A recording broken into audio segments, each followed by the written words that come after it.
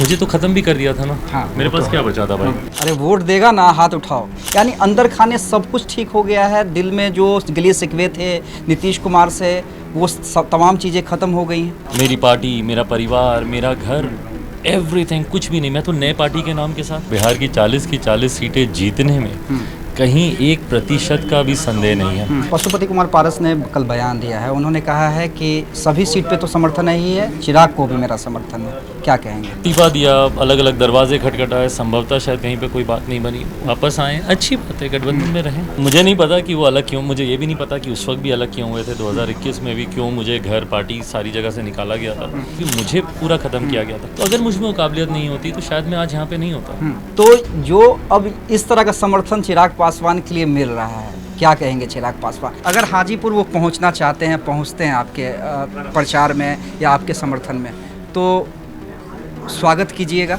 देखिए हमारे साथ एक्सक्लूसिव चिराग पासवान हैं और एक बार फिर से प्रधानमंत्री नरेंद्र मोदी के साथ जो बॉन्डिंग दिखी, जिस तरह से प्रधानमंत्री ने न सिर्फ स्वर्गीय रामविलास पासवान जी को याद किया बल्कि यहाँ तक कह दिया कि मेरे भाई, मेरे छोटे भाई चिराग पासवान उनके कामों को आगे बढ़ा रहे हैं। एक बेटा के लिए इससे बड़ी बात नहीं हो सकती है कि जब देश का प्रधानमंत्री उनके पिता का नाम लेके उस युवा की तारीफ करे। चिराग पासवान जी, जब नरेंद्र मोदी ये लाइन कह रहे थे, कितना आप इमोशनल टच आपको किया? हाँ भाई, मैं एक्चुअली बोल रहा हूँ, मेरी आंखें नम हुई, क्योंकि जैसे उन्होंने बोला कि पिछले पहला चुनाव है जो उनके बिना है, विच इज़ ट्रू, बिकॉज मैं भी इन्हीं तमाम यादों से संघर्ष कर रहा हूँ। मतलब हर समय आता है दिमाग में कि भाई पापा थे, ये हुआ था, ऐसा हुआ था, ये सब ये वो, तो चीज़ें आती हैं, स्वाभाविक हैं, किसी को भी आएंगी दिमाग में। तो जब प्रधानमंत्री जी ने ऐसा बोलना शुरू किया तो I was getting into that zone. मैं थोड़ा सा फ्लैशबैक में भी था, इमोशनल भी हो रहा था। बट हाँ, जब प्रधानमंत्री जी ने बोला कि मेरे छोटे भाई चिराग पासवान, ये भी सुन के बहुत अच्छा लगा। मतलब ये एक्सपेक्ट तो हमने भी नहीं किया था कि आपको छोटे भाई के रूप में नरेंद्र मोदी संबोधित करेंगे। मैं बोलता हूँ, मेरे प्रधानमंत्री बहुत कम सार्वजनिक तौर पर अपनी भावनाओं को ऐसे एक्सप्रेस करते हैं, बट मैं उन सौभाग्यशालियों में से हूँ जिसके सामने प्रधानमंत्री जी ने फिज़िकली हो, इमोशनली हो, एक्सप्रेस किया है। भले वो मुझे गले लगाने की बात हो या अपने परिवार का सदस्य बनाकर जिस तरीके से छोटा भाई मुझे बोला, मेरे लिए बड़ी बात है ये। अच्छा, अब तो क्या लग रहा है कि जमुई में कोई कंपटीशन भी है या फिर वाकई सिर्फ ठीक है चुनाव है इसलिए लड़ रहे हैं? क्योंकि विपक्ष तो कह रहा है कि ठीक है प्रधानमंत्री आ जाएं, कुछ भी हो जाए, लेकिन 35 सीट हम जीत रहे हैं, उसमें से जमुई पर भी एक दावा किया जा रहा है। भाई मैं कतई किसी भी चुनाव हो, मुकाबला हो, मैं कतई हल्के में नहीं लेता हूँ। मुझे लगता है कि अंतिम तक आपको अपनी पूरी मेहनत, अपना पूरा प्रयास आपको करना है।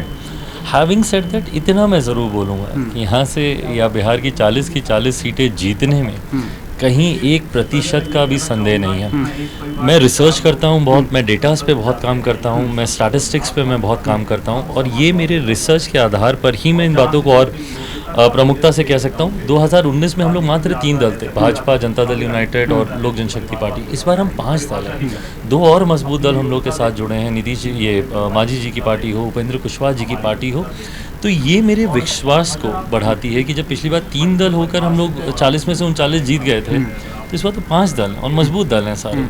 तो मुझे लगता है 40 की 40 सीटें जीतने में कहीं कोई संदेह नहीं है।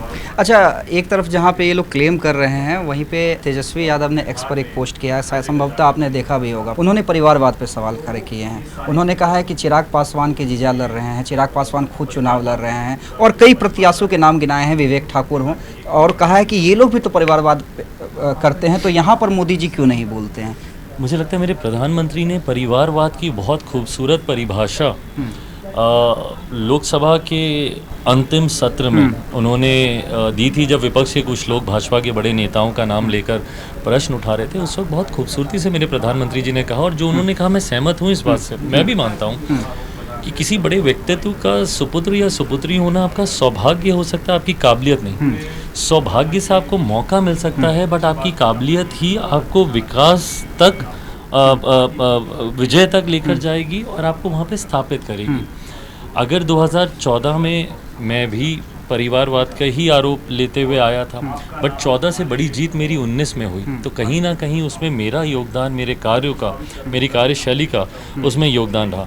मैं मानता हूँ eventually everything boils down to your talent, your potential. आप में काबिलियत है, आप आगे बढ़ेंगे। नहीं है, मुझे तो ख़त्म भी कर दिया था ना। हाँ, मेरे पास क्या बचा था भाई?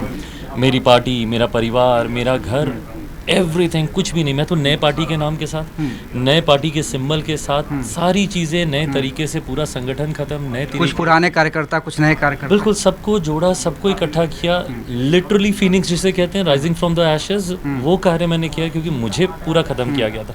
तो अगर मुझ में वो काबिलियत नहीं होती तो शायद मैं आज यहाँ पे नहीं होता।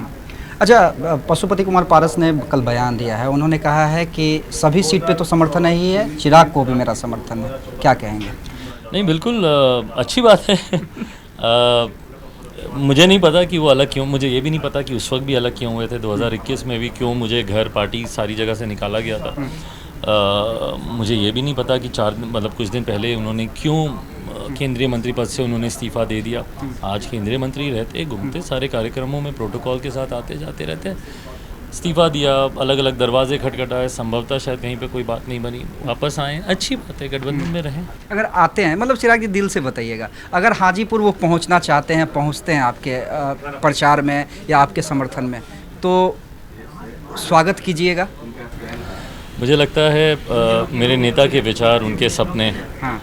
मेरे प्रधानमंत्री जी की गारंटी, मेरे मुख्यमंत्री जी का समर्थन, उपेंद्र कुशवाहा जी, जीतनराम मांझी जी का मजबूत साथ, मुझे लगता है हम सब मिलकर प्रचार करेंगे, परिणाम अच्छा रहेगा। चिराग जी, आखिरी के मेरे 2 सवाल हैं। ठीक है, आपने नीतीश जी का नाम लिया, नीतीश जी का मैंने एक जोश देखा, अरे वोट देगा ना, हाथ उठाओ। तो जो अब इस तरह का समर्थन चिराग पासवान के लिए मिल रहा है, क्या कहेंगे चिराग पासवान? यानी अंदर खाने सब कुछ ठीक हो गया है, दिल में जो गिले शिकवे थे नीतीश कुमार से, वो तमाम चीज़ें ख़त्म हो गई हैं। भाई बहुत मैच्योरिटी के साथ मुझे लगता है गठबंधन में हम दोनों दल, जनता दल यूनाइटेड हो, मुख्यमंत्री जी हो, हमारी पार्टी, हम लोग बहुत मैच्योरिटी से, देखिए राजनीति में प्रायोरिटाइज करना ज़रूरी है। अभी देश के चुनाव है, अभी प्रधानमंत्री चुनने का चुनाव है।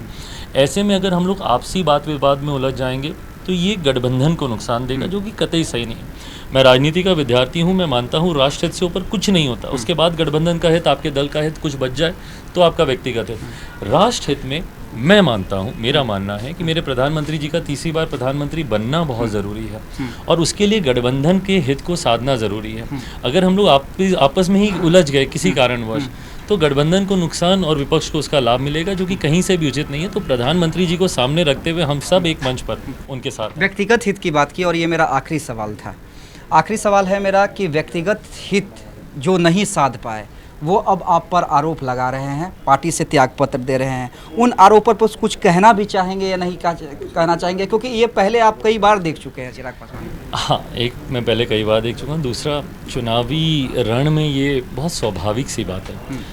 अमित भाई, मैं ऑनेस्टली बोलता हूँ, मैं उन सब की भी भावनाओं का मैं सम्मान करता हूँ। मैं समझता हूँ उनको कितनी पीड़ा हुई होगी। भाई कोई व्यक्ति तैयारी करता है, लेकिन आरोप जिस तरह का लगाया जा रहा है। हाँ नहीं, मैं देखिए, आप कोई गुस्से में जाएगा तो क्या बोलेगा कि नहीं हम बहुत अच्छे हैं पर हम छोड़ के जा रहे हैं? नहीं ना, आरोप लगेगा ही, और वो स्वाभाविक है। जब गुस्सा आता है, हम ही लोग गुस्से में कितनी बातें कितनों को कह देते हैं, अपनों को ही कह देते हैं। घर पे कभी लड़ाई झगड़ा होता है, हम लोग बोल देते हैं, बाद में हम लोग को एहसास होता है कि नहीं हम लोग गलत बोले। तो वो आक्रोश, वो गुस्सा बिल्कुल सही है, बिल्कुल स्वाभाविक है। बट भाई मेरी भी मजबूरी को समझना होगा, मेरी भी सीमाएं हैं। मैं 5 सीट पे 50 लोगों को समाहित नहीं कर सकता।